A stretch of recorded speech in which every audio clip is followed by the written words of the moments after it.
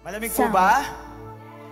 Malamig po. Pasensyahan nyo na po. Medyo late po tayo nag-start kasi po wala po tayong internet. So medyo binakapan pa po natin. Pero meron pa rin po tayong FB Live. So good morning po sa mga taong nanonood po sa FB Live, no? Sa ating online live service.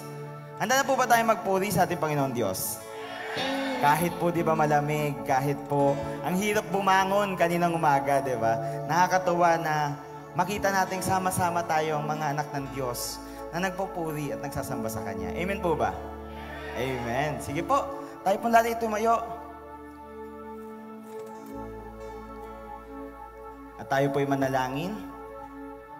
Heavenly Father, maraming salamat, Panginoon Diyos, sa umagang ito.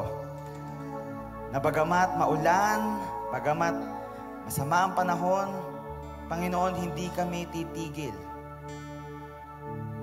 sa pagsamba sa iyo, sa pagbibigay ng papuri sa iyo ngayong magang ito. Lord God, Ikaw ang aming Diyos. At ang araw ng linggo ay araw mo, Panginoon. Araw na nakalaan para lamang sa iyo. Dahil Ikaw ang Diyos na buhay. Ikaw ang tunay na Diyos. At maraming salamat sa iyong kabutihan, sa iyong biyaya, sa iyong katapatan, Panginoon Diyos. Naririto kami sama-sama na magpupuri sa iyong pangalan, Panginoon. At bago po kami, Lord God, mag-awitan, magsayawan, Panginoon, ibinababa namin lahat ng aming mga bigatin. Meron man pa kaming nararamdaman, meron man kami mga pighati, problema, Panginoon Diyos, mga hinanakit, ibinababa namin ito, Lord God, sa iyong paanan. Nang sa gayon, Panginoon, malaya kaming kumilos at malaya kaming magpuri sa iyo. Maging malaya ang aming mga puso na magkaroon ng kasiyahan at maging puno ng pagpupuri para lamang sa iyo. Kaya, Panginoon, humihingi kami ng kapatawaran sa amin pong mga nagawang kasalanan. Kung meron pa po kami mga nasaktan, meron man po kami mga nagawa o nasabing mali sa aming kapwa, Panginoon, hinihingi po namin ito ng kapatawaran. Pagkalinisin at marapatin mo po kami, O Diyos, sa aming pong paglapit. At dalangin namin, Panginoon, ang iyong malayang pagkilos sa aming pong kalagitnaan. O banal na Espiritu, malaya kang kumilos sa lugar na ito. Hipuin mo po ang aming mga puso. Pasukin mo po ang aming mga isipan. Nang sa gayon, Panginoon, Ikaw ang siyang aming mapapurihan. Ikaw ang siyang aming maluwalhati, Panginoon Diyos.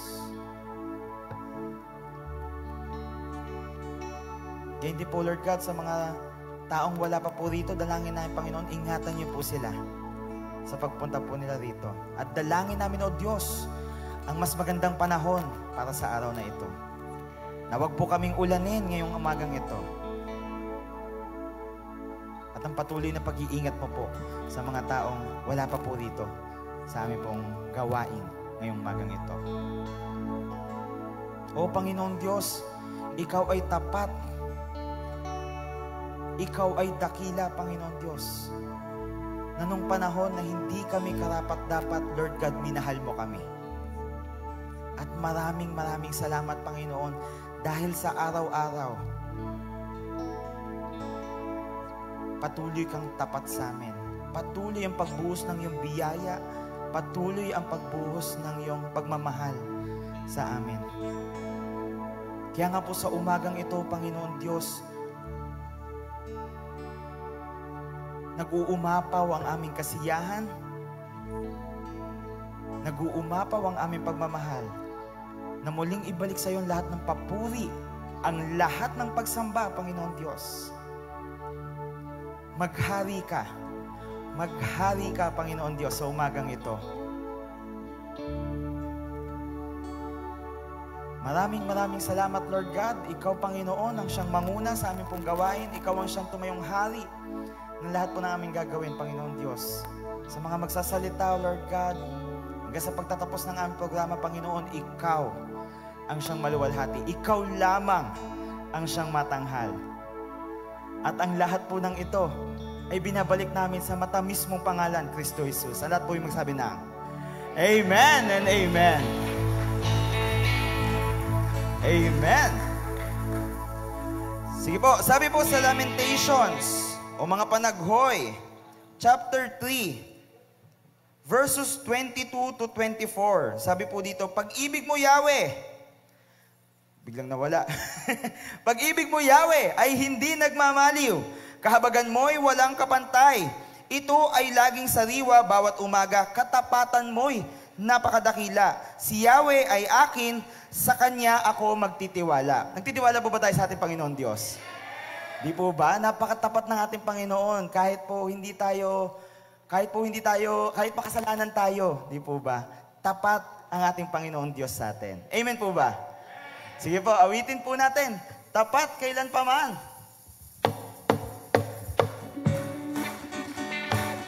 Hey!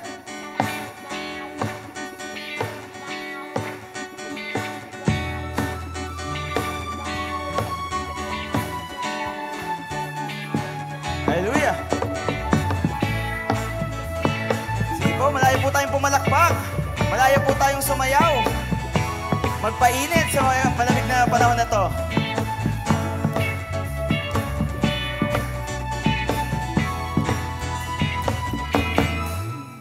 Ay sa salamatan sa lahat ng iyong kabutihan.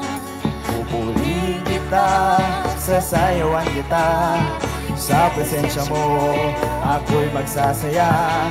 Sa puso ko, wala nang iba. O Diyos, O Diyos. Minsan pa, lagi kang pasasalamatan. Lagi kang pasasalamatan sa lahat ng iyong kabutihan.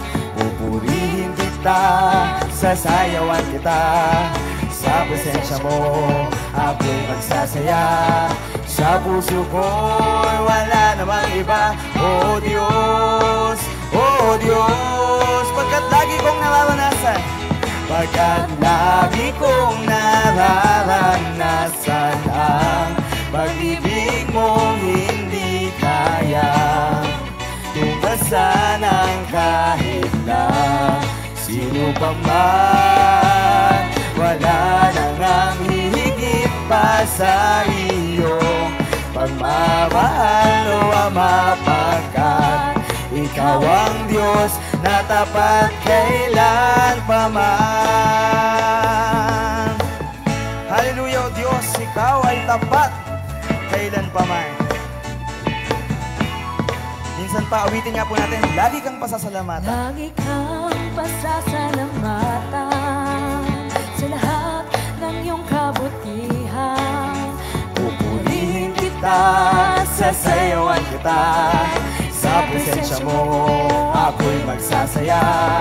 Sa puso ko, wala namang iba. O Diyos, O Diyos. Pagkat lagi kong nararanasan, pagkat lagi kong nararanasan ang pag-ibig mong hindi kaya tumpasan ang kahit na sino pa man. Wala lang ang hihigit pa sa iyong pagmamahal, O Ama, pagkat Ikaw ang Diyos na tapat kailan pa man. Pagkat lagi kong nararanasan, lagi kong nararanasan ang pag-ibig mong hindi kaya tumbasan ang kahit na sino pa man. Wala nang ang hihigit pa sa iyong pagmamahal, sapagkat Ikaw ang Diyos na tapat kailan pa man. Sige po, patuloy nating papurihan ang ating Panginoon Diyos na tapat, no? Kahit ano pang po mangyari sa atin, ano man po ang ating gawin, no? Tayo man po mismo ang lumayo, tapat pa rin ang Diyos sa atin, di po ba? Kaya po patuloy natin siyang purihan, no? Punong-puno ng pasasalamat, punong-puno ng kasiyahan sa ating tapat at tunay na Diyos. Muli po nating awitin, pagkat lagi kong nararanasan, pagkat lagi kong nararanasan ang pag-ibig mong hindi kayang tubasan ang kahit na sino pa man. Wala na nang hihigit pa sa iyong pagmamahal, o Ama, pagkat Ikaw ang Diyos na tapat kailan pa man. Minsan pa pagkat lagi kong nararanasan, kailan pa man, kailan pa man, kailan pa man. Hallelujah, O Diyos! Hallelujah! Maraming salamat, Lord God, sa iyong katapatan, sa iyong walang katumbas na pagmamahal sa amin. Sapagkat Ikaw, O Diyos, ay tunay at dakila, Panginoon. Maraming salamat, Lord. At patuloy kaming aawit, Lord God. Patuloy kaming magtitiwala sa iyo. Sapagkat, Lord, pinakita mo ang iyong katapatan, Panginoon. Gayun man, Lord God, kami po, Panginoon Diyos, siya naman pong magiging tapat sa inyo. Lord, pagkakatiwalaan ka namin, Panginoon Diyos, dahil time and time again, hindi ka nagkulang. Minsan hindi mo kami nilubayan. Minsan hindi mo kami iniwan, Panginoon Diyos. Ano mang panahon, ano mang nangyayari sa amin, Lord God, ano mang sitwasyon, patuloy kaming magtitiwala sa iyo, Lord God.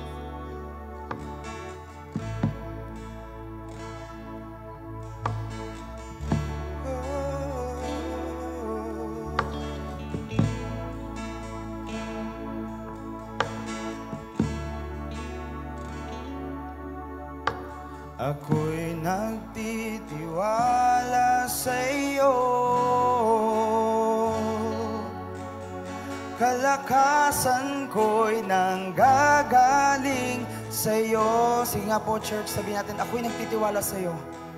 Ako'y nagtitiwala sa iyo.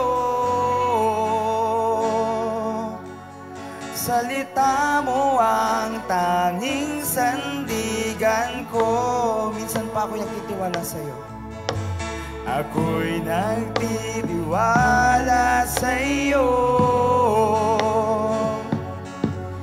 Kalakasan ko'y nanggagaling sa iyo. Ako'y nagtitiwala sa iyo. Salita mo ang tanging sandigan ko. Kahit anumang panahon, kahit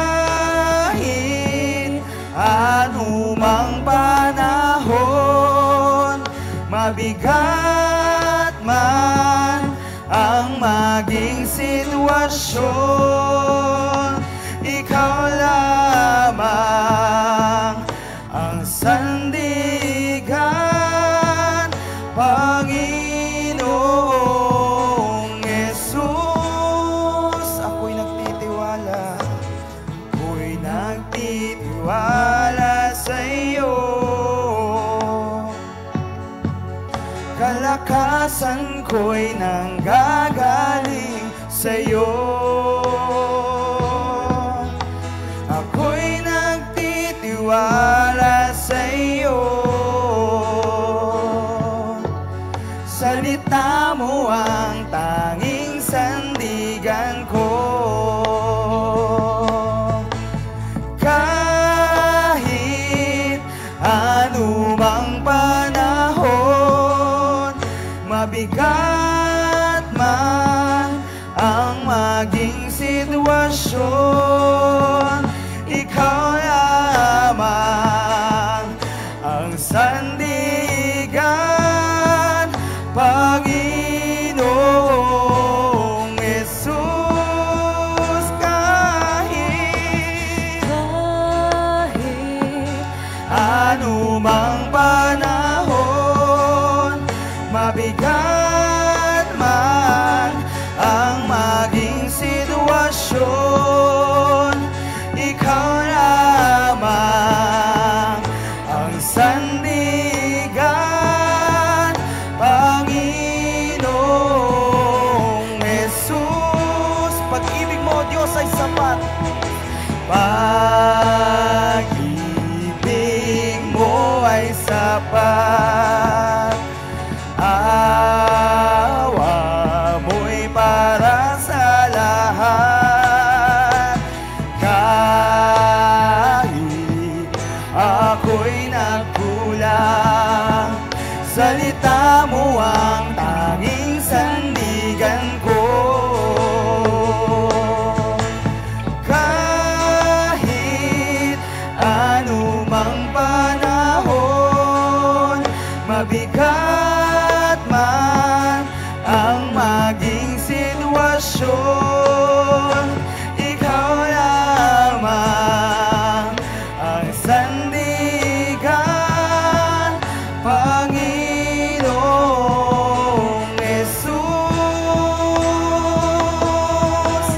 Kahit anumang panahon, mabigat man ang maging sitwasyon, ikaw lamang ang sandigan, Panginoong Jesus. Ako'y nagtitiwala, sa iyo. Kalakasan ko'y nanggagaling sa'yo. Sige po, awitin natin, ako'y nagtitiwala. Ako'y nagtitiwala Sa'yo. Salita mo ang tanging sandigan ko. Salita mo. Salita mo ang tanging sandigan ko. Salita mo ang tanging sandigan ko.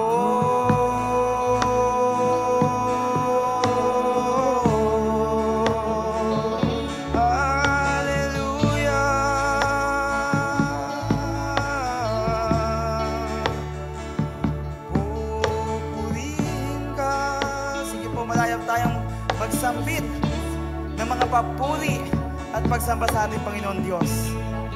Lord, maraming salamat sa iyong biyaya, sa iyong pagmamahal, Panginoon Diyos, sa iyong katapatan, sa iyong kadakilaan.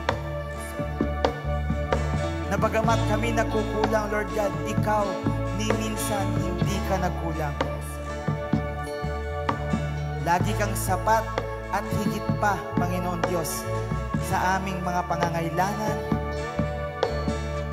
Higit ka sa aming mga problema. Higit ka sa aming mga karamdaman, O Diyos.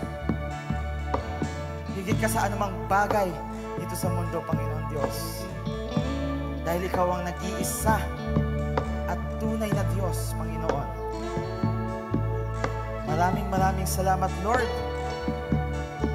Sa umagang ito, Lord God, na mayroon kami pagkakataon na purihin at sambahin ka, na makinig at mag-aral ng iyong mabuting balita.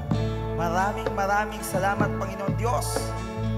At ang lahat ng palakpak na ito ay ibinabalik namin sa matamis mong pangalan, Kristo Jesus, at po yung masabi ng Amen and Amen.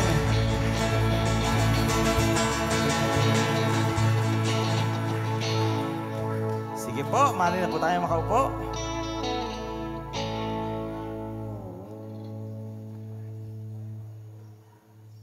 Okay po. Muli, good morning po sa ating lahat. Good morning. Ayan. So, sige po, meron po tayo mga first time, no? Mga first time comers. And sana po, hindi po ito yung maging huli. Sana po makita po namin kayo next week, no? Si Sister Remedios Canlas. Ayun po. Good morning po. Ayan, Sister Remedios po. Check. Si Sister Josephine Durias. Yan, good morning po. Yan. Sila po ay from Sunriser. Tuesday Bible Study Group, no? So, good morning po. Masaya po kami na nandito po kayo. Gayon din po si Brother Marvin John Rehis. Morning po. Invited po siya ni Joy Arena. So, good morning po. No, so, sige po. Alam ko po, na-miss po natin ang bawat isa. So, sige po, kamayan po tayo. Tayo po tayo at magkamayan tayo.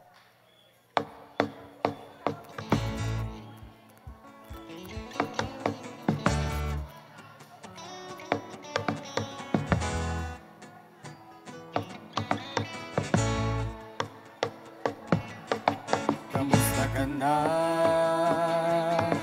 Kamusta ka na? Ako'y nagagalak at ika'y aking nakita. Kamusta ka na? Kamusta ka na? Kamusta ka na? Ako'y nagsasabik na ikaw ay makasama. Tuloy na, okay gandang pagmasdan sa magkakapatid, ang nagkakaisa, laging sama-sama. Tuloy na, okay gandang pagmasdan sa magkakapatid, ang nagkakaisa, nagpupuri sa presensya niya. Okay gandang pagmasdan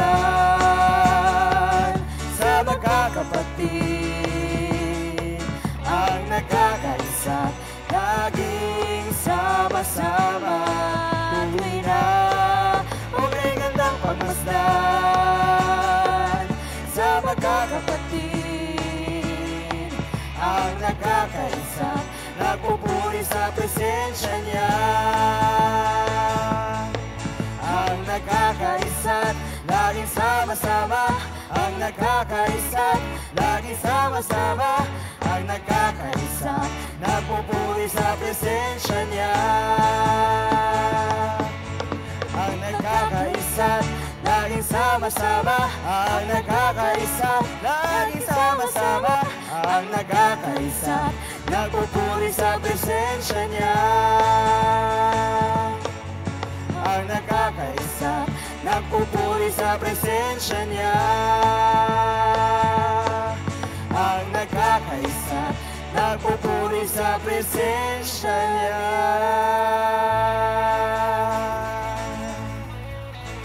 Amen. Sige po. Ayan po, settle down na po tayo, no? At para naman po sa ating... Gulat naman ako. Para po sa ating testimony time. Wow, kakaiba itong tatawagin ko, ha? Sige po, para po sa ating testimony time, tinatawagan ko po si Brother Gian Constantino. Wow!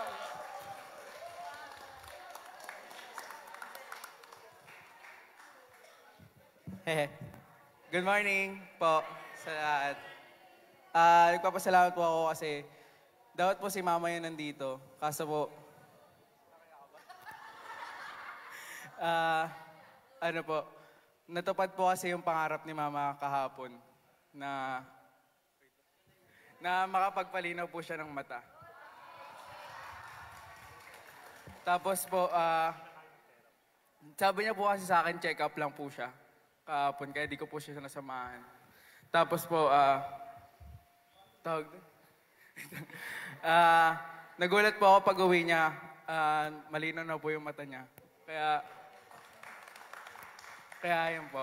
Tapos nagpapasalamat din po ako yun sa Kids at Work po namin kahapon na naging successful po siya 3 days. Ayun lang po. Pray, to God be the glory po. Okay. So to God be the glory po, no? Sa atin.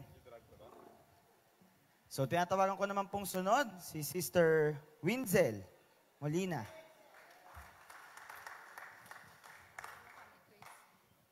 Ayan. Good morning po sa ating lahat. Ayan, in behalf of Children's Ministry, kami po ay nagpupuri at nagpapasalamat sa Panginoon sa amin pong natapos na outreach program, Kids at Work, kahapon. So praise be to God dahil naging successful po from day 1 to day 3 and naging masaya po yung mga bata. And we are so blessed kasi po kami pong mga workers talagang nag-uumapaw din po yung mga puso namin na nakikita yung mga bata na masaya, lalo na po nung nakatanggap po sila ng school supplies, yung mga loot bags po kahapon, and may mga awards po sila. So, thanks to the Lord kasi siya po yung nag-guide sa amin. Ayan, nagpapasalamat rin po kami kay Lord dahil yung weather po nung 3 days ay hindi po umulan sa umaga, sa hapon po siya umulan. So, naging great help po yung weather para po sa mga bata na maging safe po yung uwi nila at yung pagpunta rin po nila. And also, nagpapasalamat rin po kami kay Lord dahil yung team po ng outreach namin is about salvation. And parang naging successful rin po and naging evident po na salvation yung naging team sa outreach ministry. So, ayun lang po. And thankful din po pala kami sa lahat ng mga nag-help na mag-invite ng kids dahil ang expected po talaga namin 30 kids lang po from Grand Walnut pero inabot po kami ng 85 students. Kaya sobrang happy, sobrang saya, and praise be to God. And meron po kaming short video clips na hinanda po sa aming po.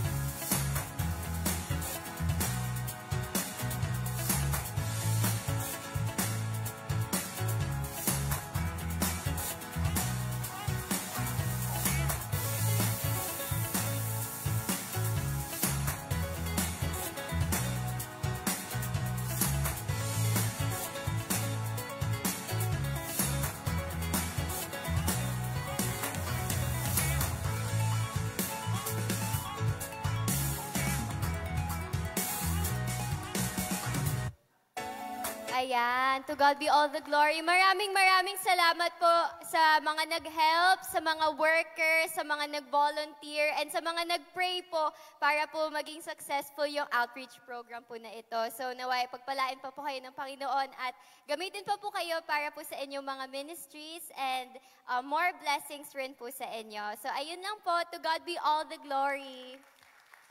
Ayan, sa Diyos ang papuri, no? So, hindi po talaga hadlang yung kawalan ng church building pansamantala para makapaghayo, no? Lalo na sa mga bata. So, nakakatawa na wala man tayong DVBS po, ay nandyan ng Children's and Outreach Ministries para makapagbahagi pa rin ng salita ng Diyos, no, sa mga chikiting. Okay po? So, sige po, tatawagin na po natin ang magbabasa ng salita ng Diyos. Sino po ba?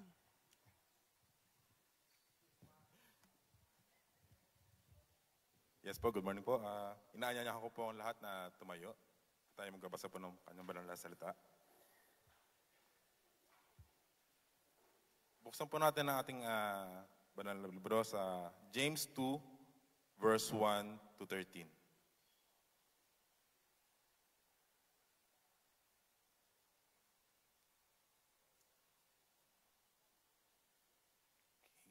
Okay na po ba? Nabuksan po ba natin? James 2, verse 1 to 13. My brothers and sisters, believers in our glorious Lord Jesus Christ, must not show favoritism. Suppose a man come into your meeting wearing a gold ring and fine clothes, and a poor man in filthy old clothes also comes in. If you show a special attention to the man wearing fine clothes and say, "Here's a good seat for you," but say to the poor man, you stand there, and or sit on the floor by my feet. Have you not discriminated among yourselves and become judges with evil thoughts? Verse 5, listen, my dear brothers and sisters.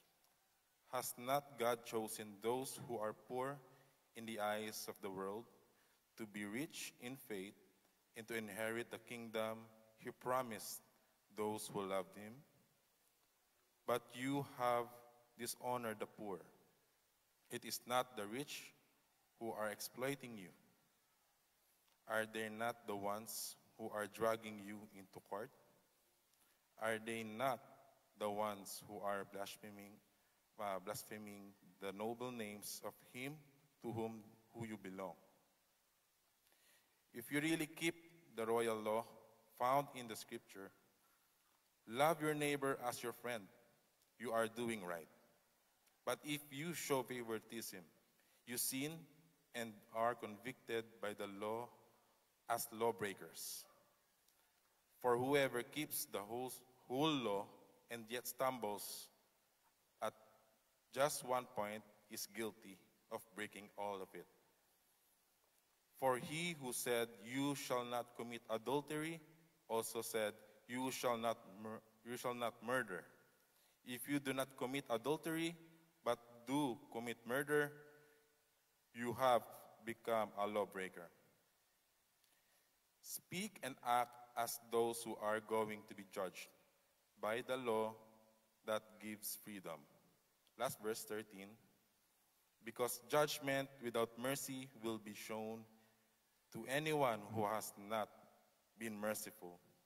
Mercy triumphs over judgment. Pagpala ang pagbabasa ng kanyang salita.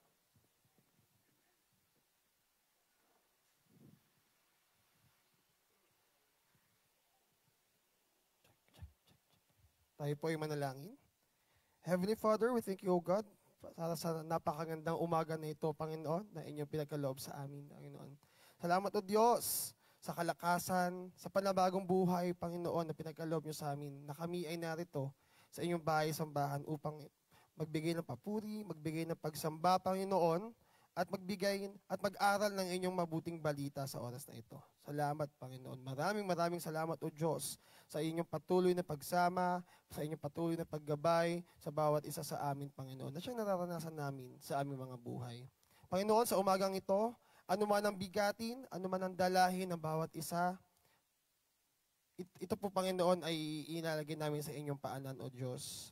Pagaanin niyo po, bigyan niyo po ng katahimikan, bigyan niyo po, Panginoon, ng kapayapaan ng puso at isipan ng bawat isa upang sa aming pakikinig, O Diyos, ay maunawaan namin ang inyong mensahe sa umagang ito. And Holy Spirit, be our helper, be our guide this morning. Tutulungan niyo kami, Panginoon, na maunawaan at tumimo ito, Panginoon, ang inyong mga salita sa aming puso at isipan. At magamit namin, Panginoon, sa aming paglagong espiritual, O Diyos. At sa inyong lingkod, Panginoon, inyong gagamitin sa umagang ito, basbasan niyo po ako ng inyong Santong Espiritu, O Diyos. Tulungan niyo po ako na ibahagi ang inyong salita na naaayon sa inyong layunin. Salamat, Panginoon, sa iyong lahat ng papuri, pagsambat, pagdakila, sa matamis sa pangalan ni Jesus. Amen.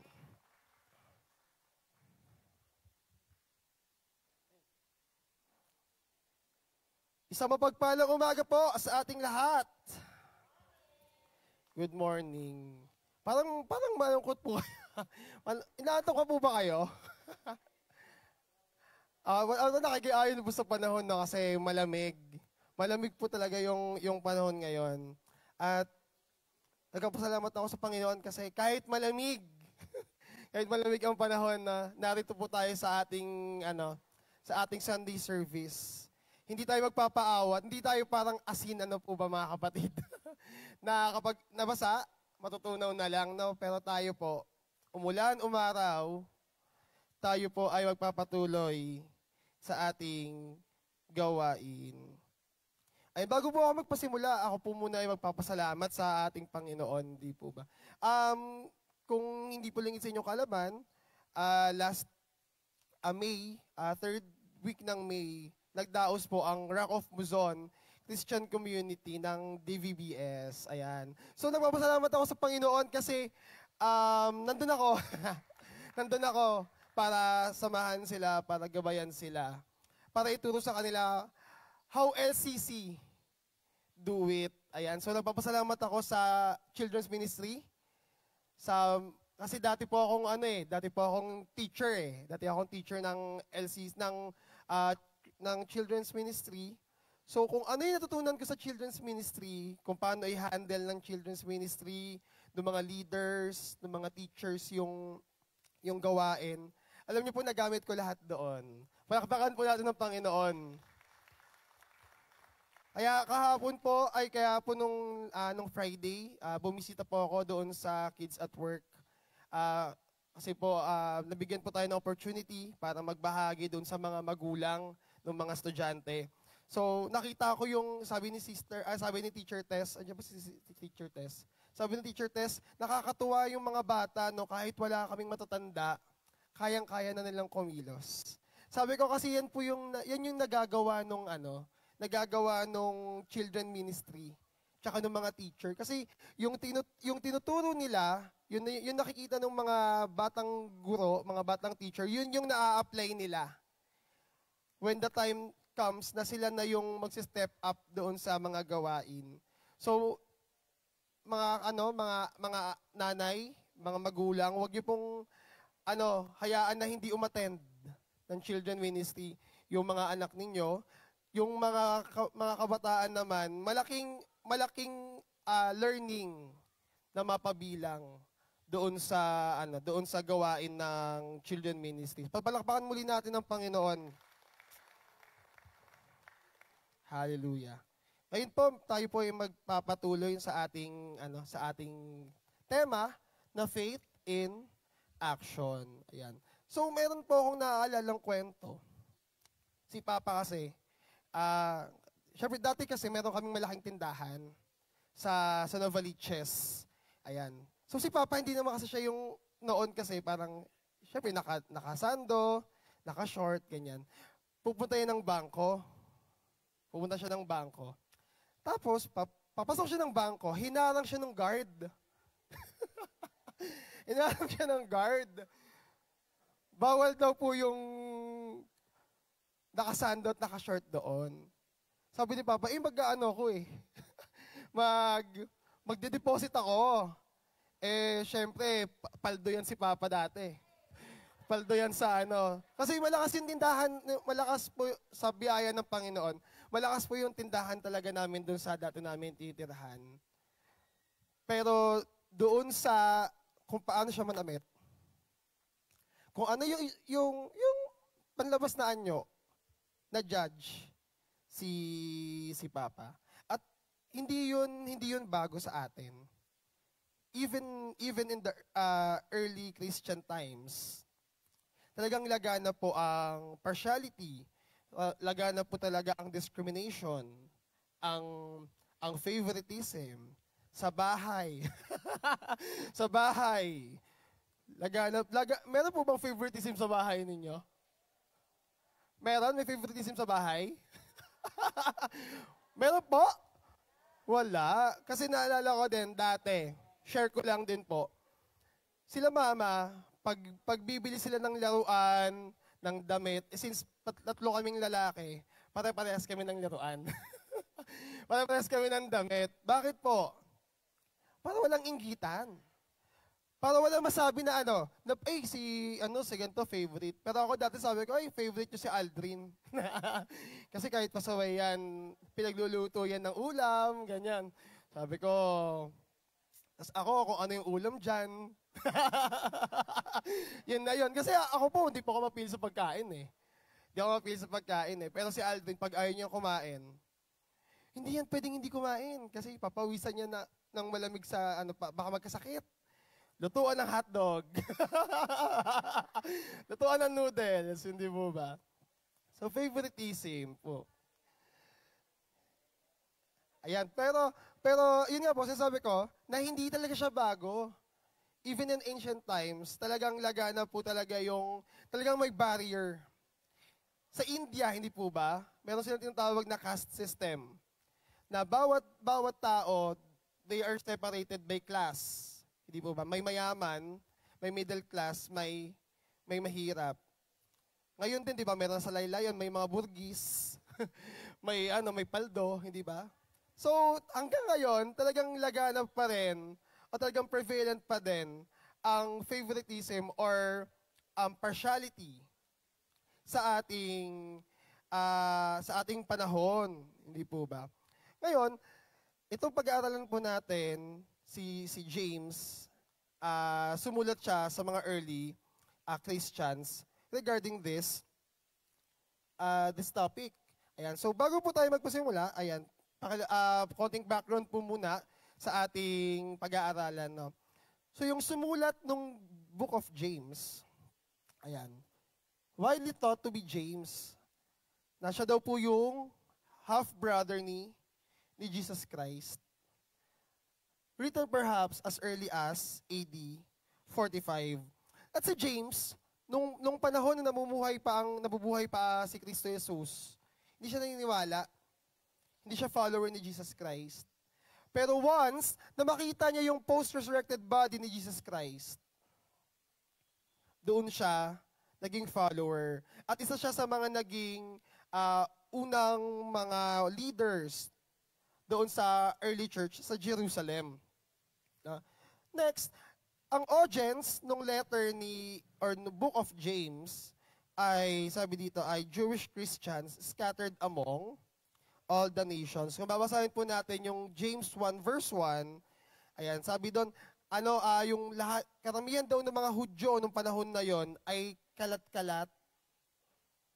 Siguro dahil sa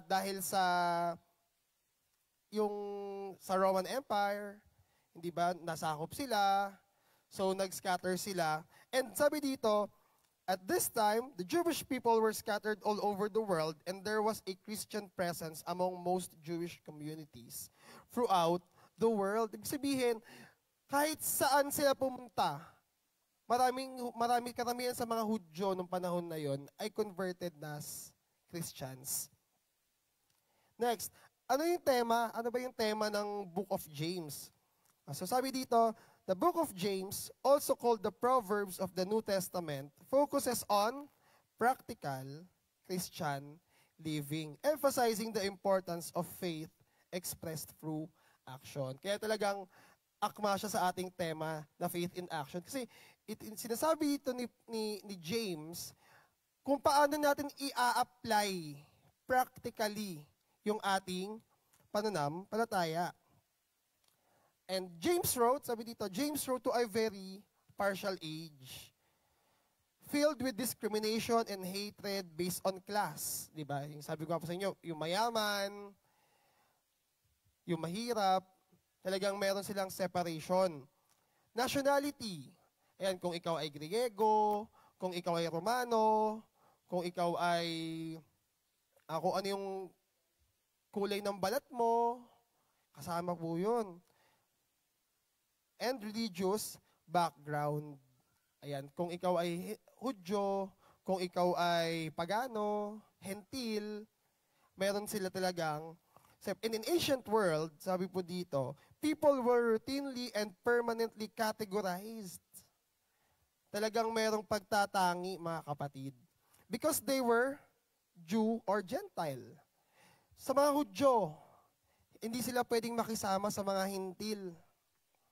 Kaya nung early Christian times, laging may ganyang sigalot sa loob ng church kasi ayaw sumama ng mga Hudyo sa mga Hentil. Slave or free, rich or poor, Greek or barbarian or whatever, sabi po dito. Ayan. But sa ating pag-aaralan sa umagang ito, James 2 verses 1 to 13 focus on Christians living out what the Word of God says. Kaya sabi nga po ni James sa chapter 1 verse 22, be doers of the word. Yun yung paalala ni James sa mga Jewish Christians na sinulatan niya na hindi lang kayo nakikinig. Hindi lang kayo nagbabasa ng scripture. Dapat yun din is nasa buhay. Na yun din yung call sa atin ng Panginoon sa ating panahon, mga kapatid. Na hindi lang tayo nakikinig ng Sunday service.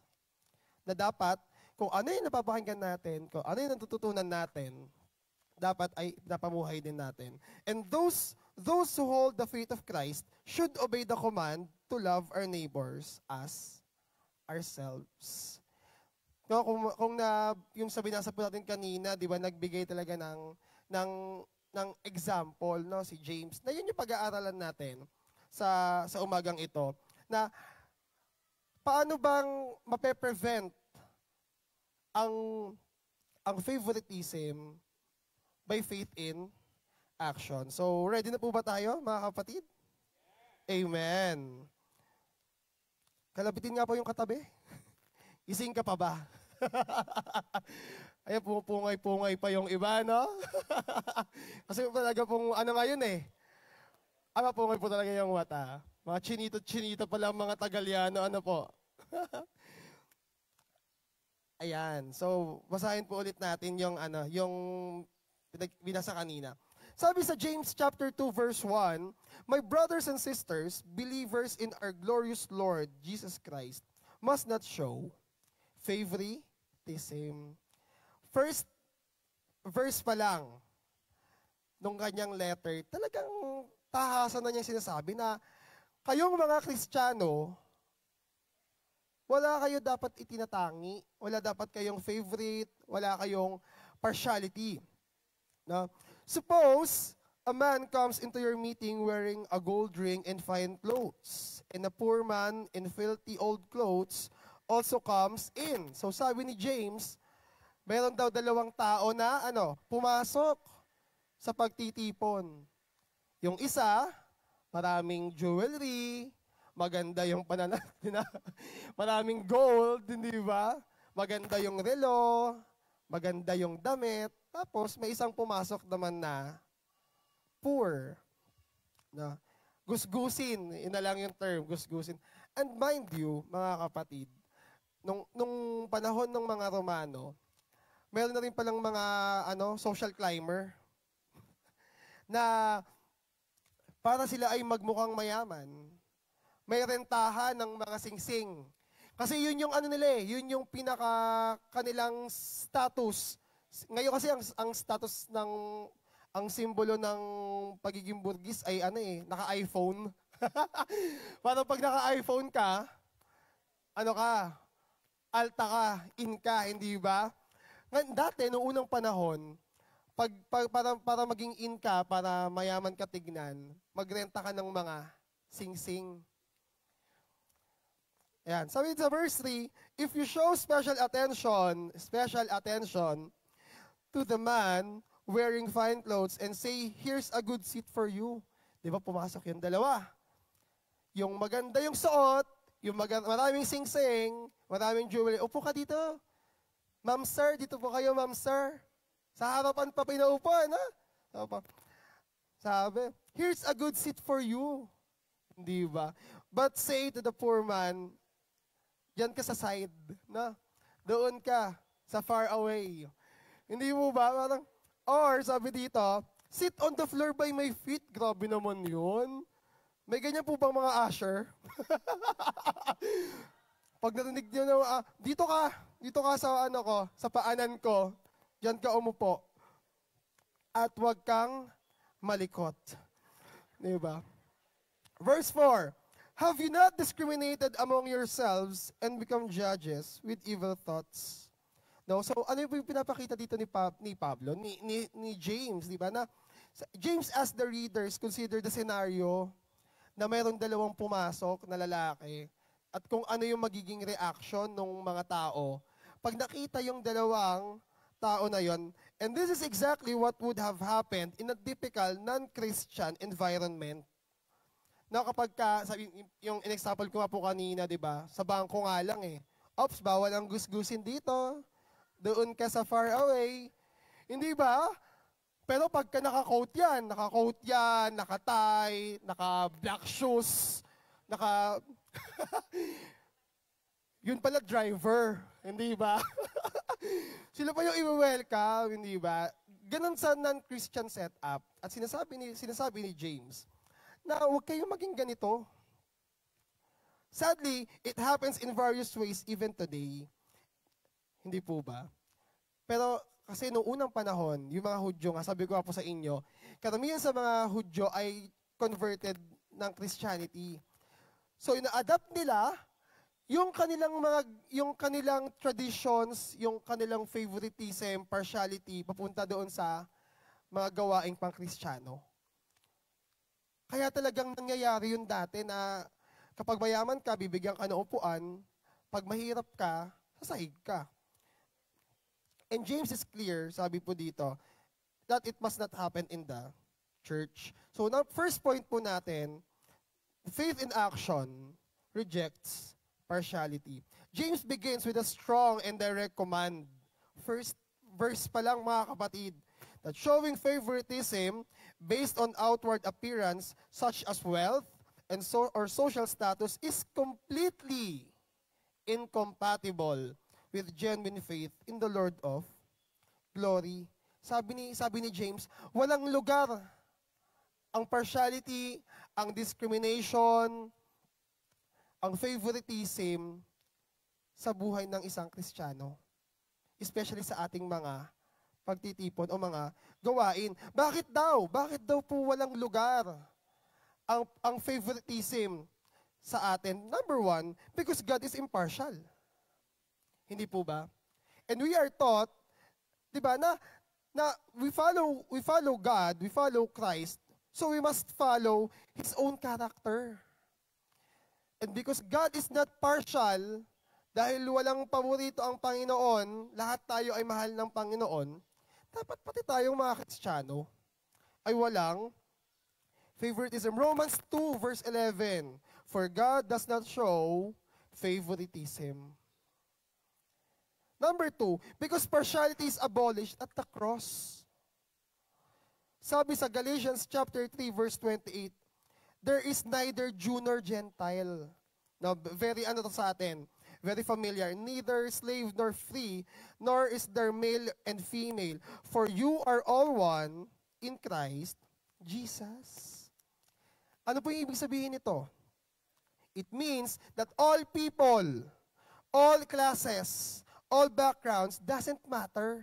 Ano man yung natapos mo, ano ka man sa trabaho, matalino ka man, mayaman ka man, mahirap, lalaki ka man o babae. Kasi noong unang panahon, mga kapatid, malaki din yung distinction ng lalaki sa babae. Pero, when Jesus Christ took up the cross, died, and resurrected, inabolish na niya yung partiality. And sabi to, all people, all classes, all background doesn't matter once they come to Christ. Meron nga po akong isang napanood po na sa YouTube na isang preacher. Ang tawag niya sa gospel ay the great equalizer. Bakit na po equalizer? Because in Christ, nobody stands over another person. Sa paningin ng Diyos, lahat tayo ay pantay-pantay. Mahirap, mayaman, lalaki, babae, may ngipin o wala, puti man o kayumanggi. Lahat tayo ay pantay-pantay sa paningin ng Diyos. Because the gospel, we come to terms with the fact that we are all sinners. Amen po ba? Lahat tayo ay makasalanan. Saved by grace. Amen po ba? Palakpakan nga po natin ng Diyos. Hallelujah. Salamat o Diyos.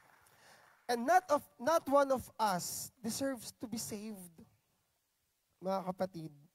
And every one of us is under the same sentence of death. Lahat tayo bound sa kamatayan. At sabi sa Romans 3:23, di ba? All have sinned and fall short of the glory of God. Whether ikaw ay mayaman or mahirap, ano man yung distinction natin sa buhay, ano man status natin, lahat tayo bound to death. Pero ganon yung pagmamahal ng Panginoon sa atin. Hindi po ba? Na kahit ako'y makasalanan, ako ay niligtas ng Panginoon.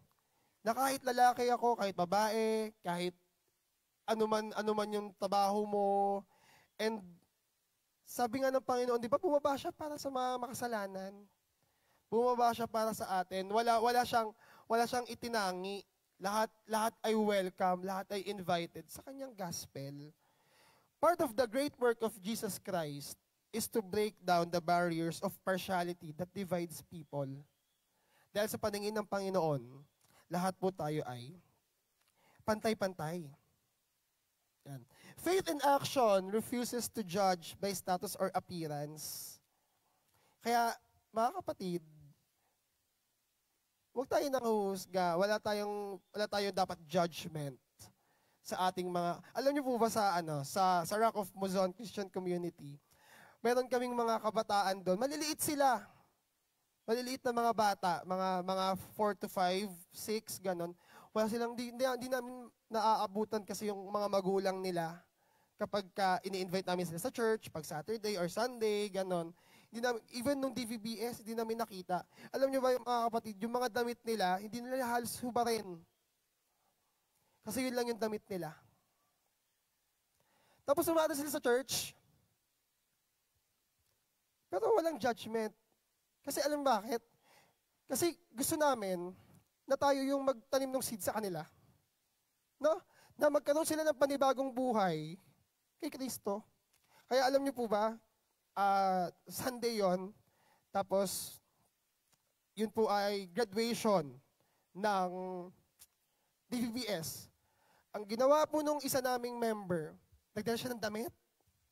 Pinaliguan niya dun sa banyo ng church yung bata. Hindi po ba? Makita po natin yung kabutihan ng Panginoon sa buhay natin, no? Na tayo, meron tayong laging panibagong damit. Lagi tayong may bagong outfit, may bagong cellphone. Hindi po ba? No? Sana all po may bagong mga cellphone. Pero ang sinasabi dito ni James, na huwag nating husgahan yung mga tao based on their appearance. Nung pinapunta ng Panginoong Diyos si Samuel sa bahay ni Jesse para hanapin yung susunod na hari ng Israel. Pinapila yung anak ni Jesse. Wow, ang popogi. Makikisig, matatangkad siguro, Pero anong sabi ng Panginoon? Hindi ako tumitingin sa panlabas na anyo. For man sees only the outward appearance, but God looks at the heart. Instead, it treats all people with fairness, love, and respect, reflecting God's impartial character. So, call sa atin to mga kapatid na ano man yung itsura pagpasok dito, i-welcome natin. Ano man yung suot nila, di kung hindi maayos yung suot nila, ba't natin dalhan ng damit next Sunday? Amen po ba? Kaya po, ang isa po sa project namin sa RMCC, na yung mga batang ito, mabigyan namin ng mga damit. Kaya kung meron po kayo, sabi ko, Lord, ano bang purpose ng preaching na to? Pinakita ng Panginoon sa akin yung mga bata. Kung meron po kayong mga lumang damit, mga pambata, bigay niyo po sa amin. kami na po yung bahalang magbigay doon sa mga bata para tayo po ay makatulong, hindi po ba? Na tayo yung maging sagot dun sa mga panalangin nila na kahit bagong damit, iba wala pang tsinelas, mga kapatid.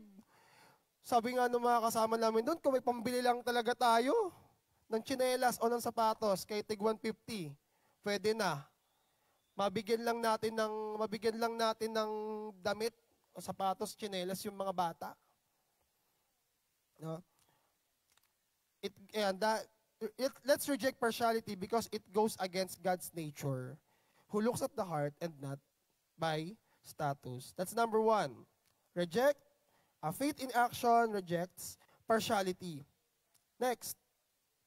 Ayan. Sabi sa verse 5, listen, my dear brothers and sisters, has not God chosen those who are people poor in the eyes of the world to be rich in faith and to inherit the kingdom He promised those who love Him? Ano po yung natatanda na nag-resound sa inyo? Sa verse na to. Beatitudes, hindi po ba? Matthew 6. But you have dishonored the poor, sabi ni James. Is it not the rich who are exploiting you? Are they not the ones who are dragging you into court? Are they not the ones who are blaspheming the noble name of Him to whom you belong? Next point po natin, faith in action recognizes God's value.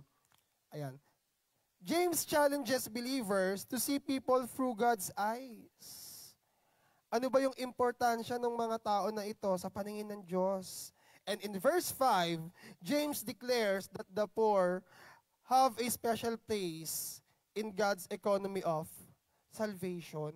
Yung importansya ng mga poor sa paningin ng Diyos. Kasi iba yung sa paningin ng Diyos, iba yung sa paningin ng tao, hindi po ba? Sa paningin ng tao, kapag mahirap, ay wala naman tayo mapapala dyan. Na kahit paupuin ko yan dyan, di naman ako mabibigyan niya ng pera. Hindi naman niya ako matutulungan. Hindi naman siya makakapagbigay ng malaking tithe sa church. Hindi po ba? Pero sinasabi dito, na kung ano yung paningin ng Panginoon, yung tingin ng Panginoon doon sa importansya ng Diyos, doon sa mga may hirap, tayo mga Kristiyano, dapat ganun din ang ating importansya sa kanila. And yet, the early church was dishonoring them by showing preference to the wealthy. Pinaupo pa yung mayaman, hindi ba? Anong sabi doon ni James? Sabi doon ni James sa verse 6, is it not the rich who are exploiting you? Kasi noong unang panahon, uso talaga po yung kukunin ng mga mayayaman, yung lupain ng mga mahihirap, para lalo silang yumaman. Ikukunin nila sa mga mahihirap yung mga lupain nila, tapos maghihirap yung mga maghihirap lalo yung mga tao. Hindi ba sinasabi ni Pablo, nalito po ako sa kanilang dalawa, ano po ba? Sabi din ni James, asa na yan? Sabi ni James, it's the rich people who are oppressing you. Why would you expect them to treat you well? Sila yung nagkakamkam ng yaman ninyo, sila yung nagdadala sa inyo sa court, tapos sila yung papakitaan ninyo ng kagandahang loob. Sila yung papaboran ninyo, hindi yung mahihirap. Sino bang nagpapahirap sa buhay ninyo? At nung unang panahon na sumulat si James sa mga Jewish Christians, karamihan sa kanila ay mahihirap. So bakit nila papakitaan ng special treatment yung mayayaman? Para makakuha ng favor. Na baka sakali hindi nila kunin yung lupa ko, o kaya baka sakaling mabigyan nila kami ng tulong pinansyal, kasi naghihirap na kami. Their favoritism for the rich may have been about trying to gain favor from wealthy and powerful men, instead of trusting Christ to provide for them. Hindi ba? Ay, kasi ito mayaman to. Di ba uso ngayon yun no? Kasama ka dun sa mayayaman, no? Para malibre. No, para malibre ka, sama ka dun sa mapera. Sa mga church ngayon, inaalagaan yung mayayaman, yung malalaki, yung mga tither, yung mga giver sa church. Kasi pag umalis, hihina yung bababa yung tithes ng church, hindi po ba? So, karamihan, doon sila nakatingin. doon sa kayang i-provide ng mga wealthy people. Na nakakalimutan na nila yung importance ng mga lowly people sa paningin ng Panginoon. Yung values ng Panginoon na ng compassion, ng love, ng mercy na dapat ibinibigay natin hindi lang doon sa mayayaman. Kasi hindi naman dapat natin din i-deprive ng compassion and mercy and love yung mayayaman. Pero huwag natin kakalimutan yung mga mahihirap. Yun yung sinasabi dito ni James. Sabi dito, this reveals a disconnect between their actions and God's value. And faith in action means aligning our attitudes and behaviors with what God values, not what society esteems. God values humility, faith, and the heart, not outward wealth or status. No, lalo sa ating pananambahan, mga kapatid, hindi ba? Pakitaan natin ng pagmamahal, yung ating kapwa, pakitaan natin sila ng humility, pakitaan natin sila ng compassion, hindi po ba? Na hindi lang, ito lang yung i-honor ko kasi sila yung malaki magbigay sa church. Ayoko yan kasi mabaho yan. Ayoko yan kasi madungis yan. Maasim. Hindi po ba? Huwag tayong yung sinasabi ni dito, na yung values ng Panginoon, yung behavior and characteristics ng Panginoon, huwag nating i-deprive yung mga mahihirap. Yung mga, di ba sabi ko po sa inyo kanina, kung kaya nyo silang bigyan ng bagong damit, bakit hindi? Di ba? Instead na, Brad, wala kasi akong bagong damit eh. Sige, ipag-pray natin yan. Hindi po ba? Instead na ipag-pray natin yan, bigyan mo ng damit, ikaw nga yung maging sagot doon sa panalangin, hindi ba? Discrimination reveals a worldly mindset.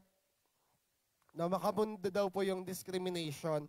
It stands in direct contrast to the inclusive, grace-filled values of God's kingdom. Kasi sa kaharian ng Diyos, sa gospel, sabi ko nga po kanina, ito yung great equalizer na lahat ay welcome. Di ba? Kaya pa nag-i-invite kami sa RMCC, tapos po kasi kami, Catholic kami. Ay hindi po, welcome po kayo sa amin kahit ano ang inyong relihiyon.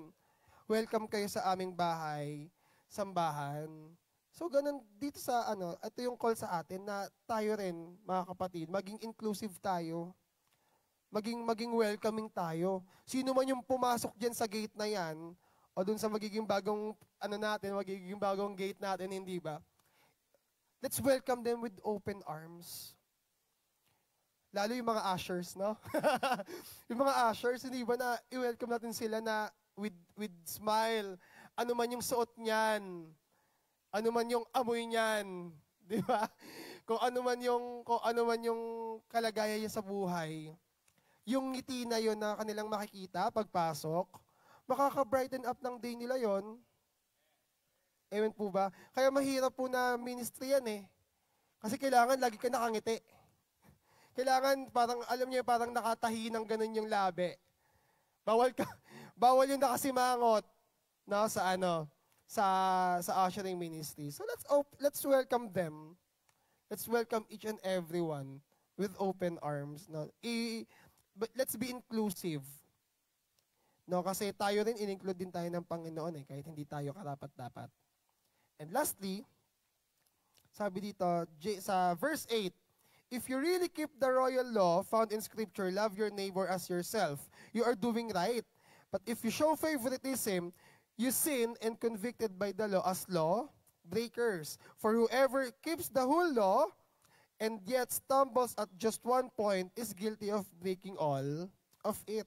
For he who said, you shall not commit adultery, also said, you shall not murder. If you do not commit adultery but do commit murder, you have become a lawbreaker. Ito yung maganda sa verse 12. Sabi dito, speak and act as those who are going to be judged by the law that gives freedom. Mas maganda po siyang basahin sa NLT. Basahin ko po sa NLT. So whatever you say or whatever you do, remember that you will be judged by the law that sets you free. There will be no mercy for those who have not shown mercy to others. God will be merciful when He judges you. Ang last point po natin ay faith in action reflects God's mercy. James teaches that living faith is expressed through love and mercy. Na yung totoo daw po na pananampalataya sa Panginoong Jesus na express sa love and mercy towards other people. He points out the royal law as the guiding principle of Christian conduct. Diba? Pero sabi doon ni James, diba, yung royal law, yes, you love the Lord your God with all your heart, all your soul, all your strength, and all your might, but you do not love your neighbor as yourself, you are still a lawbreaker. Diba? Sabi niya doon, kahit gawin mo lahat, yung 10 commandments, gawin mo yung 612 na Jewish law. Pero kung hindi mo mahal yung kapwa mo, if you do not love your neighbor as yourself, ikaw pa rin ay makasalanan. When believers show partiality or withhold mercy, they become law breakers, guilty of sin. God's standard is not selective obedience, but full alignment with His character. Hindi tayo pwedeng mamili na, ay, ito lang yung batas na gusto ko. Do not commit murder. Kasi di pa naman ako pumapatay eh. Hindi po ba? O kaya, do not commit adultery. Ay, ito gusto ko to. Maganda to. Parang bagay to sa personality ko. Hindi ba? Hindi tayo pwedeng ganun, mga kapatid. Bilang mga tagasunod ni Kristo, gawin natin lahat yung batas. Sumunod tayo. Kasi hindi na tayo under law eh. We are all under grace. Yun na nga lang yung inutos sa atin ng Panginoon eh. Mahalin ng Diyos, mahalin ng kapwa. At makakover na daw nun yung buong batas. Kaso, kung di mo pinapakitaan ng mercy yung kapwa mo, edi nagkasala ka na sa Panginoon. James called us to let our words and actions reflect the freedom and mercy we've received from Christ. Na kung ano daw yung natanggap natin, na mercy, na pagmamahal, na compassion sa ating Panginoong Jesus, nung tayo ay makasalanan pa. Dapat yun din yung ipakita natin sa kapwa natin. Knowing we'll be held accountable by God's gracious standards. Na tayo ay ma-judge kapag hindi natin ginawa yun sa ating kapwa. Faith in action means living with mercy at the center. It doesn't just believe in grace, it extends it. As recipients of God's mercy, we must be merciful to others. Bakit po kaya? Kasi tayo din eh. Tayo rin, ibinigyan lang din tayo ng mercy ng Panginoon. Lagi ko nga pong sinasabi lagi kong ina-example, kasi ang hirap po talaga na pagbigay ng grace, lalo sa mga difficult people, yung mga mahirap intindihin, mahirap pakisamahan, hindi po ba? Pero ang lagi kong nilalagay sa isip ko, na ako din, recipient lang din ako ng grasya ng Panginoon. Recipient lang din ako ng mercy ng Diyos. At ang kailangan kong gawin ay i-extend, i-share yung grace na yun, yung mercy na yun sa ibang tao. Knowing that mercy triumphs over judgment. God will be merciful when He judges you. Kung hindi ka merciful sa kapwa mo, God will not be merciful to you. Ganun lang yun. Pero kung ikaw ay nagpakita ng mercy, ng love and compassion sa kapwa mo, ganoon din yung ganoon din yung ipaparanas sa iyo ng Panginoong Diyos. Bilang pagtatapos po, mga kapatid, sabi dito, James encourages believers to put genuine faith in action. Sa paanong paraan daw po? Reject partiality because God does not show favoritism. Recognize God's value where the poor are honored and the humble exalted. And lastly, sabi ito, reflect God's mercy because that's what we've received in Christ. Dahil din yung natanggap natin sa ating Panginoon. Kaya naman, faith without love is dead. Faith without mercy is hypocrisy. But faith in action is the heart of the gospel. Amen po ba mga kapatid? Palapakan natin ng Diyos. Hallelujah. Tayo po ay manalangin.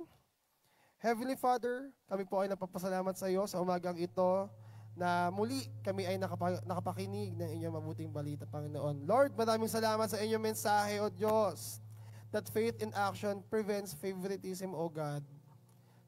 At Lord, sa aming paglakad bilang mga Kristiyano, patuloy namin ito maisabuhay, O Diyos, na ang bawat isa, Panginoon, mahirap man o mayaman, lalaki o babae, may pera man o wala, Panginoon, we should welcome them with open arms, with big smiles, Panginoon, na sila ay included. Maramdaman nila, Panginoon, na sila ay welcome sa aming gawain. Na sila, Panginoon, ay welcome sa inyong kaharian, Panginoon. That everyone is included, O Diyos, sa inyong pagliligtas. Salamat, Panginoon, sa inyong mensahe sa umagang ito. Ang panalangin namin, Panginoon, na tumimo ito sa aming puso't isipan at sa aming pagpapatuloy sa aming pamumuhay bilang mga Kristiyano, Panginoon. Maisabuhay namin ito, O Diyos, at patuloy kami na maging mabuti, patuloy kami maging righteous, O Diyos, sa inyong paningin. Ito po ang aming samot na langin. Sa pangalan ni Jesus, Amen.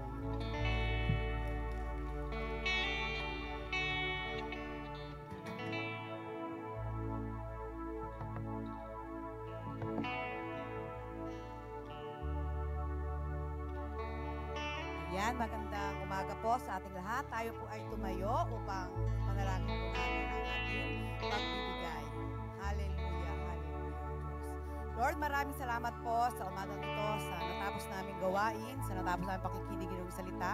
Maraming salamat po, Panginoon, dahil pinakita mo sa amin, o niremind mo, O Diyos, na ang isang pananampalataya ng walang aksyon, Panginoon, ay patay. Kaya Lord, maraming salamat po na sa aming patuloy na pananambahan sa iyo, Lord, makita sa aming mga gawa, Panginoon, ang aming mga natututunan, ang mga salita mo, O Diyos, na patuloy naming pinag-aaralan, O Lord. Maraming salamat po at ang pagbibigay, O Diyos, sa umagang ito ay patunay, O Diyos, na ito ay isang kasabay ng aming gawain, ng aming pananambahan. Salamat, O Diyos, dahil alam po namin na ang pagbibigay ay bahagi ng aming pananambahan sa iyo, O Lord. At dalangin namin na ang bawat isa na magkakaloob ng aming offering or tithes and offering, O Lord, dalangin ko na patuloy mong pagpalain, patuloy mo, Panginoon, na ibigay ang kanilang mga pangangailangan. Pagpalain mo, O Diyos, ang kanilang pinagkukunan, ng kanilang mga kinabubuhay, O Lord, dahil alam po namin na sa aming pagbibigay, Panginoon, hindi mo kami pinapabayaan, O Lord. At maraming salamat po sa aming tagapagsalita sa araw na ito. Salamat po, Panginoon, at dalangin ko na patuloy na gamitin mo ang bawat isa, ang lahat, Panginoon, nakarinig, na magamit ang lahat ng ito, Panginoon, para sa ikagaganda at ikaayos ng aming pananampalataya bilang paglakad, Panginoon, sa aming bilang Kristiyano, O Lord. Maraming salamat po sa iyo po namin pinagkakatiwala ang lahat ng ito, at nawa ang mga tithes and offering na ito, Panginoon, ay magamit, Panginoon, para sa pagpapalaganap ng iyong salita dito sa lupa, O Lord. Maraming salamat po. Ito po ang aming samot dalangin sa pangalan ni Jesus. Amen and amen. Tayo po ay malaya na makapagkakalap sa ating Panginoon.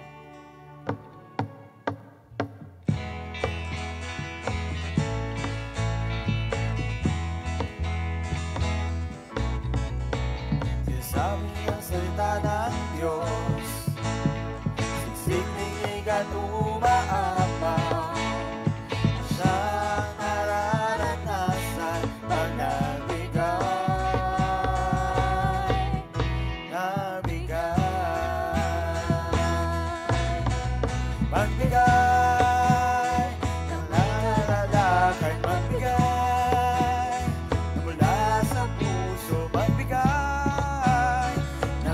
pagmamahal. Kung ano ang iyong tinanim, siyang aanihin.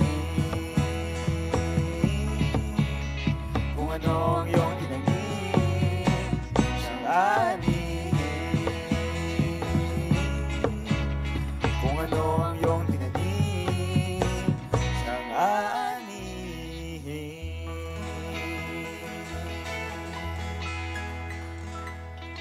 Sige po. Dahil po wala si Sister Gwen ngayon, wag po sana kayong no? Para po sa ating announcements this morning. No? So, konting-konti na lang po, makakaidlip na po ulit tayo. Medyo malamig-lamig. Tama nga po yung sabi ni Pastor Aljon, medyo parang, medyo parang iaantok-antok tayo.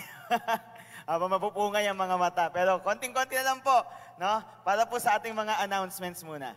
Sige po, ano po yung una natin? Sa announcements. Pwede pong pa next slide.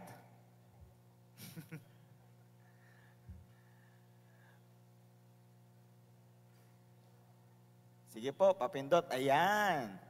So, para po sa Youth Fellowship, si Bunny. Yan, good morning po. Yan, good morning po. So, iniimbitahan po namin po lahat ng youth sa aming Youth Fellowship po, nagaganapin next Sunday po with the team Christ-Centered Friendship and with the team verse po na Proverbs 17:17. Ayan, ito nga po ay gaganapin next week, third Sunday po para sa lahat ng youth.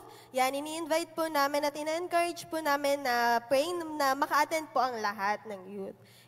Ito po ay after ng service po, so more likely mga 10:30 ganon. And doon po tayo sa may baba ng sa AKC. Ayan. And ito na ang pinakahihintay, lunch will be served po. Kaya okay lang kahit hindi na po kayo umuwi. Ayan. So, ayun po sa mga youth po, see you po next week. To God be the glory. Yon, lunch will be served. So mga kabataan po, no? Next Sunday, kita-kits daw po kayo sa ating pong Youth Fellowship. Next po sa ating announcement, Father's Day celebration. Sino po? Si Brother Obet. Okay, good morning po sa lahat. Lahat ng mga tatay, taas ang kamay. Pati mga nanay. Tatay lang. Tatay lang, ha? Ganito, next Sunday, ano meron? Father's Day. Since na Father's Day next Sunday, meron pong gaganapin na outdoor fellowship ang mga kalalakihan. No? Ini-encourage namin yung mga asawang babae, payagan ninyo ang inyong mga asawang lalaki. Ha? Hindi kayo pwedeng maging representative. No, kasi lamang ang mga nanay sa tatay.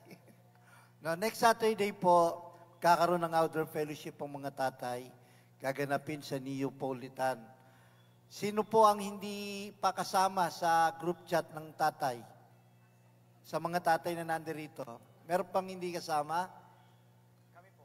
Ayan, mga nagtataasan ng kamay, mga nanay. Pagbigyan nyo muna kami, ha? Pagbigyan nyo muna kami. No? Yung di kayo kasama, i-approach nyo lang po ako, kaya si Brother Jojo, para po may sama namin kayo sa group chat. Kasi po nililista namin yung mga sasama. Dahil importanteng nakalista para mabilang kung ilan. Wala kayong babayaran. No? Wala kayong babayaran. Kasi magja-jogging lang tayo eh. Ano babayaran nyo ron? Kaya lang, siyempre, pagkatapos nun magugutom, kakain tayo. Ha? Yun, libre rin yun, Brad. No? Sabi nga, lunch will be served free. Anli yan, ha? Anli.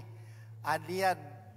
No? So, inasa namin sa Saturday, makasama namin, kasi hindi na kami bumili ng token para sa mga tatay. So, yun na po yung magiging token natin. At magkaroon tayo ng bonding, yung mga tatay ng Liano Christian Community. Approach nyo lang po kami. No? kailangan kasi nakalista po dahil sayang naman, siguraduhin nyo rin na makakasama kayo. Kasi pag hindi kayo dumating at nakalista kayo, sayang babayaran din po yun eh. Na? Kaya inaasahan namin na sumama po kayo. At this coming Sunday po, since na Father's Day po, next Sunday, lahat po ng mga tatay magsusot po tayo ng white. White t-shirt, white polo, mag-long sleeve kayo, white coat kayo. No? Nasa sa inyo. Basta naka-white tayo next Sunday para maipag-pray tayo rito sa ating Sunday service. Okay ba yun, mga tatay? Okay, see you next Saturday. God bless. Okay po, yan po para sa mga tatay, mga airpot to airfit. Sana po mas marami yung jogging kaysa sa kain, ha? Sana po mas matagal yung jogging kaysa sa kain. Para po, meron pa tayong goal na airfit. Po, sana, wag po maging airpot, airfit na po dapat. Okay po, next po, sa ating announcement. Biglang nawala. Pero ang next po sa ating announcement ay ang outreach, yung volleyball po natin. Sige po, sino pong magpapasalamat? Ay, papasalamat. Pag-announce? Ayan. Ayan. 1, 2, 3, and Good morning po everyone. sa inyo. Mali. Woo! Amen! Hindi, doon po kasi ako nakapokus sa fathers. Yes, doon po gusto ko po mag-buffet.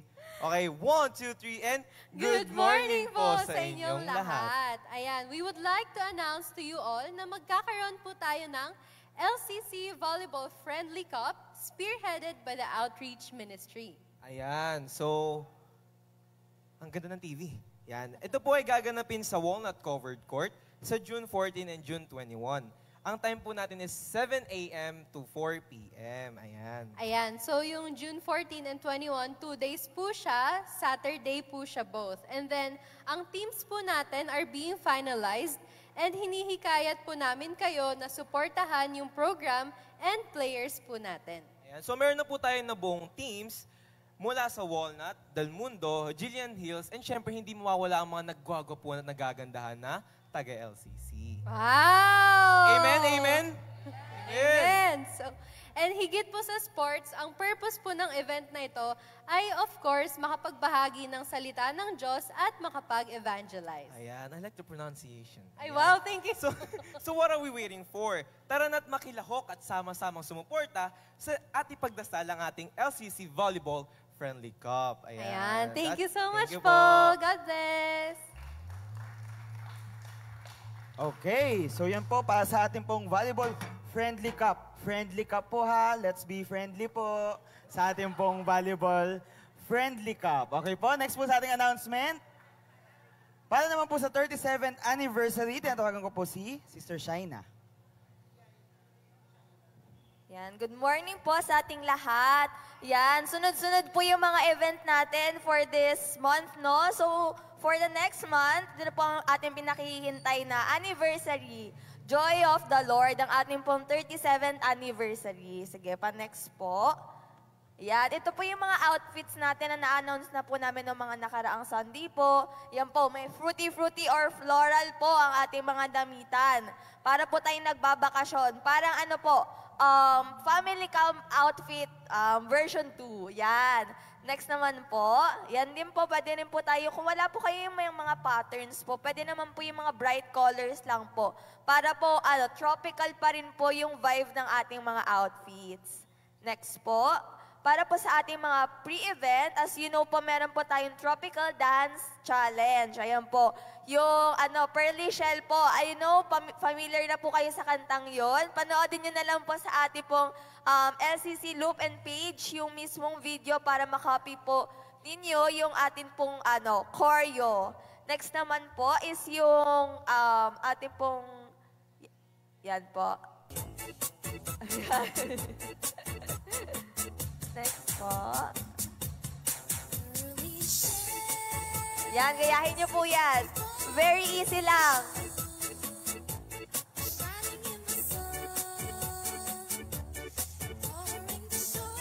Next po. Yan po. Yan naman po. Next naman po natin is yung floral sun glass making. Kung nung Christmas Hello po, meron po tayong mga mask making po, no? Tapos nirarampa po natin. This time naman po, para po angkop po sa ating summer vibes, though tag-ulan na po. Ayan po, meron po tayong floral sunglasses making. Ayan. Para po sa contest po na ito, kailangan nyo lang po mag-post sa LCC Loop ng 4 photos. Isa po para po sa photos po ng inyong materials. Next naman po yung photo nyo po na ginagawa nyo po yun. Next naman po is yung photo nyo po na sinusuot nyo po yung sunglasses nyo. 3 lang po pala. Then use the hashtag LCC 37th anniversary and Joy of the Lord. Ayan. Yung submission po ng entries natin for this and as well as yung video po is July 6, 2025 only. Ayan. Kahit po gaano kaganda ang inyong entry, kung hindi nyo po napasa on time, hindi po kayo ma-judge accordingly. Ayan po yung mga examples natin. Pwede po kayong gumamit ng mga vibrant colors, mga flowers po. Kung may existing na po kayong sunglasses, pwede naman po, i-design nyo lang po.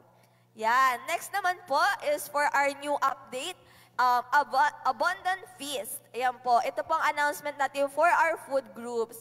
Now, for our food setting po this time, di ba, noong mga nakaraan po, meron pong hinahanda mismo ang committee na pagkain. This time naman po, to bring back the energy na nakagawian po natin na mag-contribute po as in handaan po like a family. Inaanyayahan po namin ng lahat na mag-contribute po ng 1 meal or 1 dish po per group nyo po, per family. Ayan. Later po, ipopost po namin sa LCC Loop yung food groups po. Ito po yung mga meals na naka-assign po doon. Per family po may naka-assign na po sa inyo. Ayan po, meron po tayong pansit bihon or canton, yung sandwich po, fresh fruits, and merienda. Ayan, please check na lang po yung LCC Loop para sa kung saang group po naka-group ang inyong family. Ayan po, thank you po sa inyo. I hope makapag-participate po ang lahat sa pre-event up until po sa pag-contribute po ng mga food natin. Yun lamang po, to God be the glory. Okay. Sige po, explain ko lang po ng konti pa, no, para po sa ating anniversary. So meron na po tayong mga assignments. Kada pamilya po, meron na po tayong assigned na mga food. Baka po may mga tanong, bakit walang kanin? Gusto ko kanin, Pinoy ako eh. Ano po to, merienda po kasi yung atin pong magiging kain. Mga bandang 3:00 po ito sa programa natin. So 3:00 po, hindi naman po tayo nagkakanin ng 3:00, di po ba? so mas merienda po. Pero yung merienda po natin ay heavy merienda, hindi naman po ito gugutumin. No? So yung merienda po natin, mabigat naman po ito.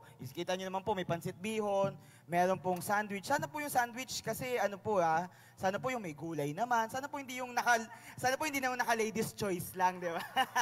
Di ba mapag-uusapan niyo po yan sa inyong mga grupo. Ganyan din po sa fresh fruits, baka po may magsabi, ay bakit yung sa kanila prutas lang. Alam ko po, alam ng mga nanay, mahal na po ang prutas ngayon, di po ba? Mahal na po prutas ngayon. Kaya po kahit sabihin yung prutas lang po yung kanila, mahal po yan. No?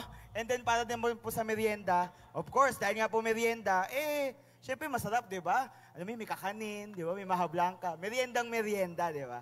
So, yun po yung inaasahan natin para po sa ating pong magiging pagkain. Kaya po, in-explain ko po ito ng mas maigip pa kasi alam ko po sa LCC, mahalaga yung pagkain eh. Oo, okay nang bahala ka sa programa mo, basta yung pagkain ko masarap. Basta yung pagkain ko, okay. Nabiro lang po. Pero mamaya po, para po sa ating mga food, family, sa mga leaders po ng food groups, magkakaroon po tayo ng meeting. No? Sino-sino po yung mga yon? Sino nga ba yung mga yon? Sino nga ba yung mga yon? Kasi kailangan natin silang meetingin eh. So, magkakaroon po tayo ng meeting para po mapag-usapan lang din natin yung ating magiging programa. Ayan, thank you Sister Janelle, no? So, para po sa Pansit Canton and Bihon, so tinatawagan ko tuloy. Mamaya pong paiwan. Mamaya po magstay. Mamaya bukit sila dito. Magstay po, no? Para po sa short meeting lang po, itong mga food group leaders, no? Sa Pansit Canton and Bihon, sila Sister Wilma and Brother Teng. Sa sandwich po, si Sister Deli and Sister Myla. Wala nga lang po sila dito. Sa merienda po, si Brother Rainier and Sister Mimi. And sa dessert po, si Sister Miner and Sister Tina. Na parang wala rin po ata dito. Pero mimitingin ko po yung mga tao pong naririto. Okay po ba yon? So, sige po. Dako na po tayo sa next po nating announcement, which is ang ating Project Nehemiah. So, tatawag ko po Sister Janelle. Yan, thank you po, Brother Samster. Good morning po sa ating lahat. Morning! Ayan, nakikita niyo po ba ang nagiging updates po sa ating bahay-sambahan? Praise God, no? Praise God. Dahil June na, no? Magto 2 months na po siya sa June 21. So, April 21 po tayo nag-start ng construction. June 21 po ang mark ng pangalawang buwan po niya, no? So, ang target po natin ay makapag-church na po ulit dyan. Hopefully by 4th or 5th Sunday ng June. Ayan! So, second Sunday na. Ilang linggo na lang ang hihintayin natin at ipagpe-pray natin pa, no? So, on behalf of Kuya Bigness and Pastor TJ po and the whole Nehemiah team, nais po naming ipasabi sa inyo, no, yung ating pong remaining funds na lang, no, para po sa kaalaman ng lahat. So far po, ang remaining funds na lang po natin sa Project Nehemiah ay 188,000 na lamang po. 188,712.79.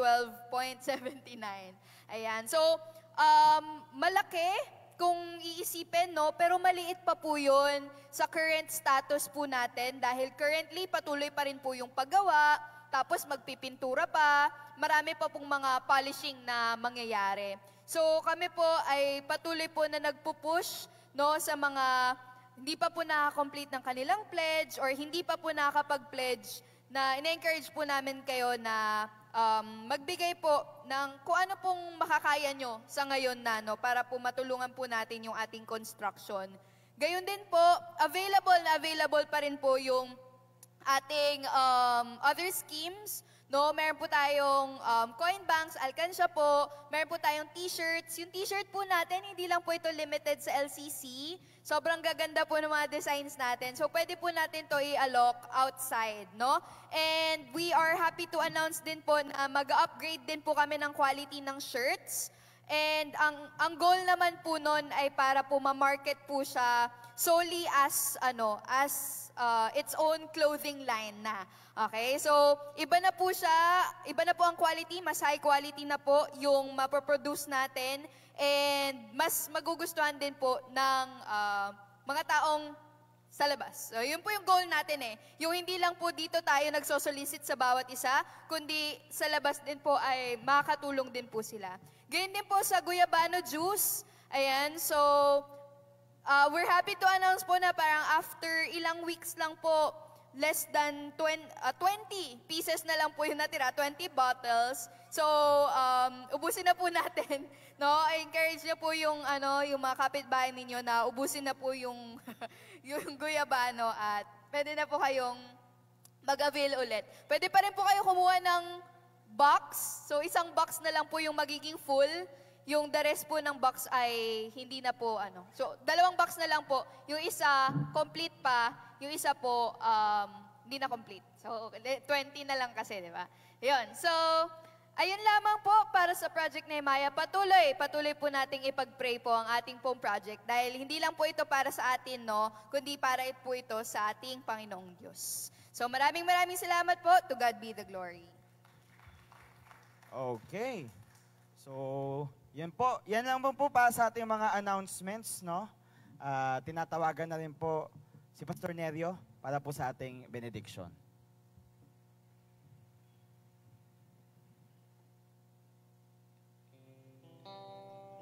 Okay, Father's Day po sa next Sunday. Kita-kita po tayo. And then, yung word of favoritism kasi ay nakakasira ng faith yun eh. Kapag ikaw ay may favoritism, ang faith mo ay affected. It is not really a faith yung pinapakita mo. Ang nangyayari, paborito mo kasi siya, kaya nakapokus ka lang sa kanya. Ang faith kasi, nakapokus ka sa lahat. Walang tinatangi, walang tinataas, kundi pantay-pantay.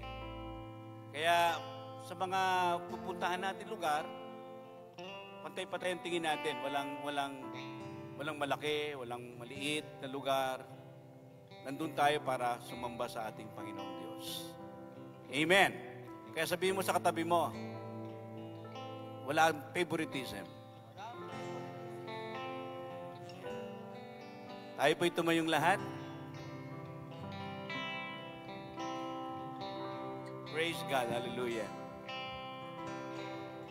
Now unto Him. Now unto Him who is able to keep us from falling and to make us stand in His presence, blameless and with great joy.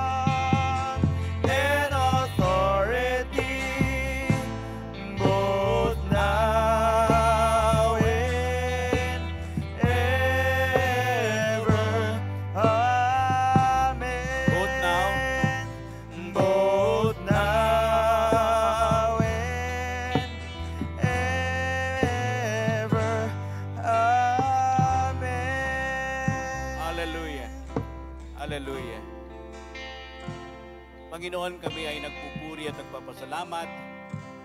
Binigyan mo kami ng katotohanan sa isa pong pananampalataya na sa tamang pong aksyon ay wala pong pinapakitang favoritism po, Panginoon.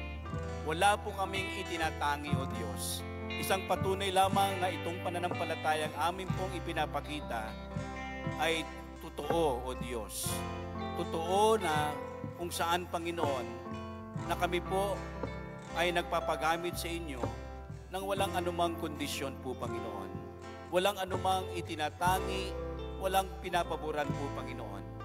Kundi kami naglilingkod dahil kami yung tinawag para sa lahat ng tao po, Panginoon. Anumang klase po, no, O Lord, wala po kaming itinatangi sapagat yun po ang iyong ipinakita, yun po ang iyong ipinagagawa, at yun po ang iyong ipinakita nung kayo po'y nabubuhay pa dito sa ibabaw ng mundo. Kaya, Panginoon, bilang mga mananampalataya, ang dalangin namin, Banal na Espiritu, tulungan niyo kami na aming maipamuhay, maipakita na wala pong pagtatangi ang aming pong pagpapalaganap ng iyong mabuting balita, ang pagpapagamit sa inyo pong ministeryo po, Panginoon. At sa aming pagtaas ng aming kanang kamay, aming dinadalangin at patuloy na pinapasalamatan nyo at pagpalain mo, Panginoon, ang buhay po ng aming tagapagsalita, si Pastor Aljun po, Panginoon. Dalangin namin ang iyong pong pangunguna sa Kanya, dalangin namin ang iyong paghahari sa Kanya, at dalangin namin, Panginoon, marami pang pangitain, vision ang iyong pakita sa Kanya para po sa paglago ng RMCC na Kanya pong pinapastoran po, Panginoon. Panalangin namin, kayo pong mangalaga sa Kanya, ilayo ang sa anumang kapahamakan, sa anumang karamdaman, patuloy mo siyang bigyan ng malusog na pangatawan at maliwanag na kaisipan po, Panginoon. At dalayan ko rin sa aming pagtaas ng aming kanang kamay. O Diyos, alam mo ang aming pong sitwasyon sa pagkakataon po ito, Panginoon.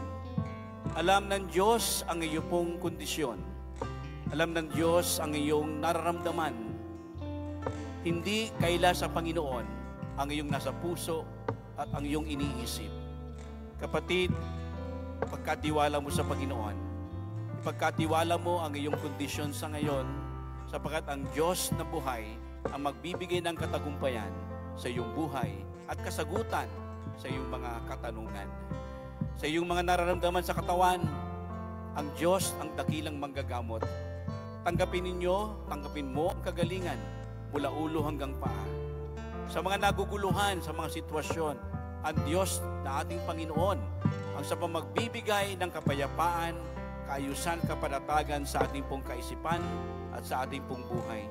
Sa mga nabibigatan, sa kakulangan sa pinansyal, kapatid, ang Diyos na buhay ang magbibigay sa inyo ng katagumpayan, malampasan yung uri ng sitwasyon na bigating yan. Sapagat ang Diyos, kakabatid ng ating mga suliranin, gusto niyang Panginoon, pagpalain ka at bigyan ka ng katagumpayan sa iyong buhay. Kapatid, pagarian ka ng Panginoon, patuloy kang pagarian ng Kanyang salita at patuloy kang bigyan ng kapayapaan na nagbumula sa Kanya. Sa ating pagsamantalang paghiwa-hiwalay, dali ninyo ang pagpapala, dali ninyo ang kasaganahan, dali ninyo ang katagumpayan sa inyong mga buhay. Maraming salamat sa pangalan ni Jesus. Amen. God bless all of you. God bless everyone. Lahat din po na nasa FB Live, God bless you po. And see you po next Sunday. Sa mga food groups po, yung mga leaders po ng food groups, Sister Wilma, Brother Teng, Brother Rainier, Sister Tina. Short meeting lang po. Wag po muna tayong umalis. See you po next